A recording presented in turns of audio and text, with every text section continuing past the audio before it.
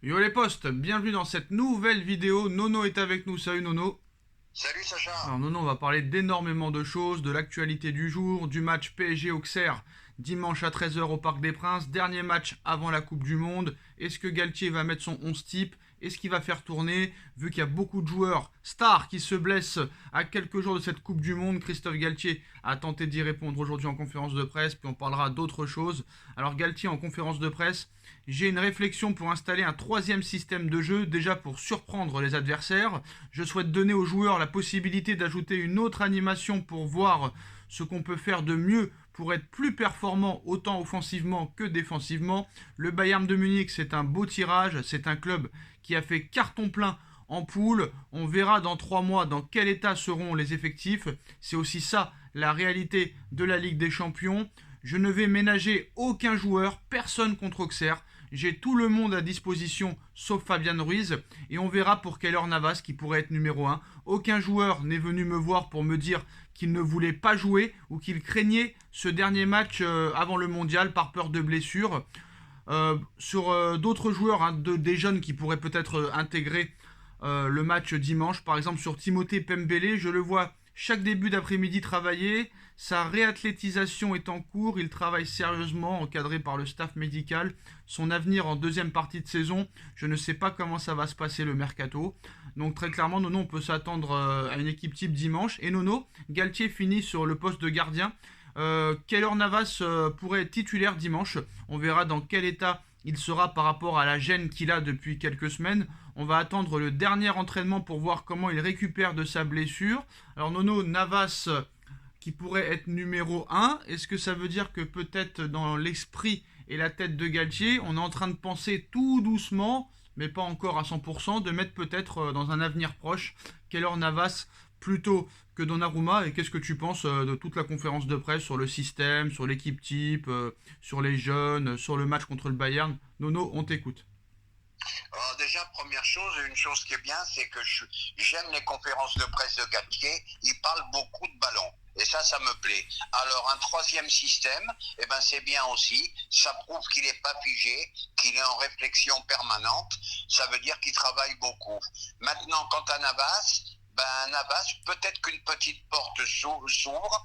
On a vu que Donnarumma, il y avait malgré tout quelques inquiétudes à son sujet. Moi, je suis un peu déçu personnellement. Et la composition de l'équipe, eh ben, on voit peut-être un petit changement d'état d'esprit. Les joueurs qui font pas des stars, qui vont peut-être jouer le dernier match contre Auxerre. Moi, ça me fait plaisir, ça aussi. Mais je pense que contre Auxerre, ils vont chercher à faire la différence très, très rapidement et faire rentrer les remplaçants en cours de match. Alors, apparemment, il y a eu un pacte en début de saison, comme quoi l'objectif était de rester invaincu en Ligue 1. Le Paris Saint-Germain, toute compétition confondue, Nono, est quand même invaincu depuis 236 jours. Hein. C'est le seul club qui a fait ça. 236 Ah, jours, bah, c'est quand même énormissime. Hein. c'est énorme, quoi qu'on en dise, faible, pas faible en face. Les matchs, faut les gagner.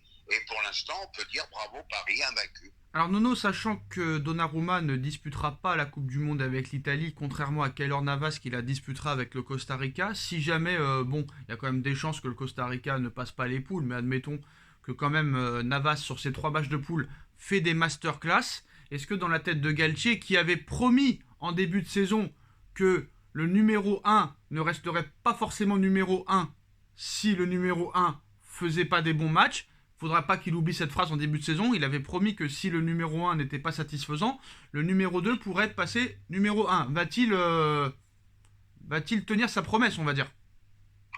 Je pense qu'il peut la tenir parce que je vais t'expliquer pourquoi. Au départ, donc, Donnarumma titulaire sans discussion. Et là, on s'aperçoit avec les performances qu'il fait, Donnarumma, c'est pas la sécurité sociale. Alors, comme tu as dit, il te fait deux trois masterclass en Coupe du Monde, et ben le doute va s'installer dans l'esprit de Galtier. D'ailleurs, très rapidement, Nono, le pauvre, c'est que Navas a été mis numéro 2 pour aucune raison. Hein. Il n'a jamais fait de déboire, il n'a jamais fait de faute, il n'a jamais fait de bourde. C'est juste un choix par jeunesse, on va dire, parce que Keylor Navas, on n'a jamais rien eu à lui reprocher. Et c'est vraiment dommage le traitement qu'il a eu, très clairement.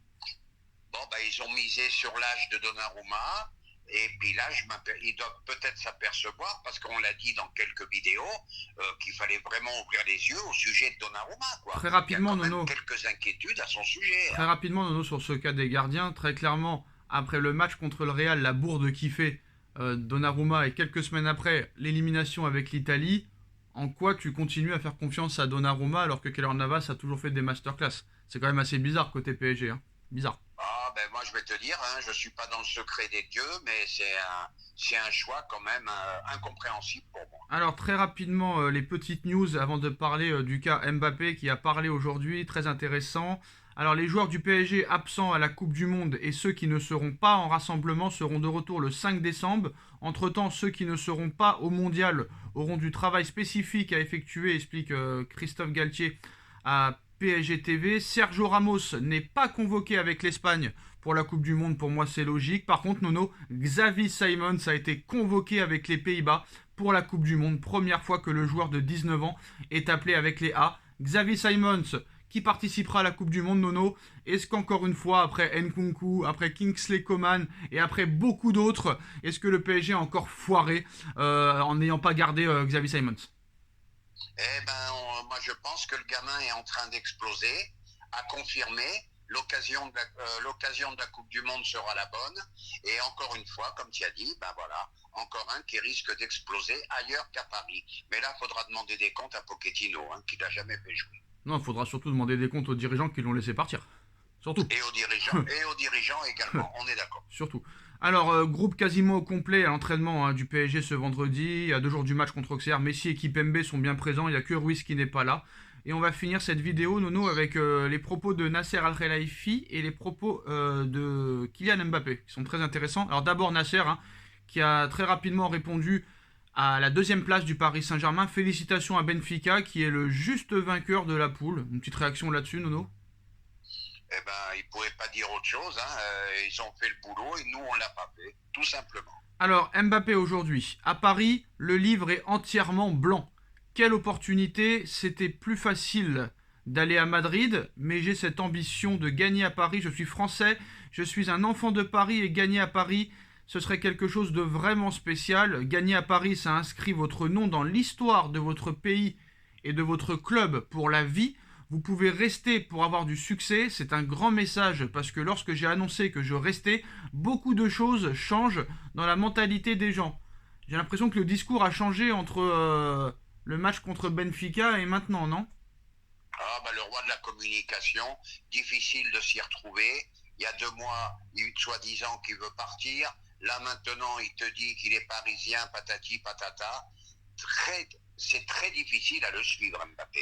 Très difficile. Moi, je vais t'expliquer très clairement, Nono, depuis que Pérez a dit qu'il ne voulait plus du tout de Mbappé, même pour l'été prochain ou dans 2 ans, et qu'il avait d'autres pistes, comme le joueur de Naples, ou comme Erling Haaland, ou comme d'autres joueurs, bah, très clairement, Mbappé a compris que la porte du Real Madrid allait peut-être être fermée pendant quelques temps, et qu'il était mieux de se concentrer sur le Paris Saint-Germain pour pouvoir écrire l'histoire du Paris Saint-Germain. Voilà. Ah, bah, je pense que c'est la logique. Je pense que son cerveau s'est remis à niveau. Voilà, préoccupe-toi de Paris, préoccupe-toi de gagner des titres avec Paris, préoccupe-toi d'aller le plus loin possible en Ligue des Champions et tout ira bien. Et ben voilà les postos, c'est la fin de cette vidéo. Dites-nous en commentaire ce que vous en pensez. On like, on partage, on commente, on s'abonne. Merci Nono d'avoir été là et on se retrouve très vite pour une nouvelle vidéo. Tchuss. Tchuss.